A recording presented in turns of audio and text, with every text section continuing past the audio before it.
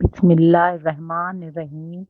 سورہ بقرہ کی تلاوت میں برکت ہی برکت ہے اور اسے چھوڑ دینا ندامت اور شرمندگی ہوگی قیامت کے روز۔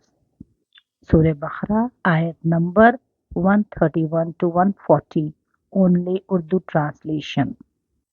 ان سے کہہ دو اللہ کے بارے میں تم ہم سے جھگڑتے ہو، وہی ہمارا اور تمہارا پروردگار ہے، ہم کو ہمارے اعمال کا بدلہ ملے گا اور تم کو تمہارے اعمال کا، ہم خاص اللہ کی عبادت کرنے والے ہیں۔ اے یہود اور نصارہ، کیا تم قائل ہو کہ ابراہیم اور اسماعیل، عیسیٰ اور یعقوب اور ان کی اولاد یہودی یا عیسائی تھے؟ اے پیغمبر، ان سے کہہ دو کیا تم زیادہ جانتے ہو یا اللہ، اور اس سے بڑھ کر ظالم کون ہو جو اللہ کی کتاب کو جھٹلائے اور چھپائے؟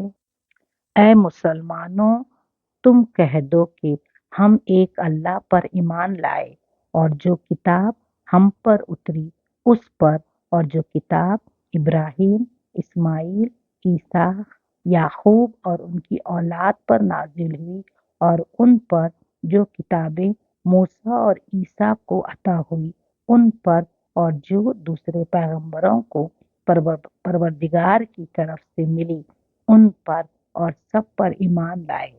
ہم ان پیغمبروں میں سے کسی میں فرق نہیں کرتے، وہ بھی اسی طرح ایمان لائے تو ہدایت یاب ہو جائیں گے، اور جو تم لوگ کر رہے ہیں اس سے اللہ غافل نہیں، اللہ تمہارے کاموں سے باخبر نہیں، اللہ سب جانتا ہے۔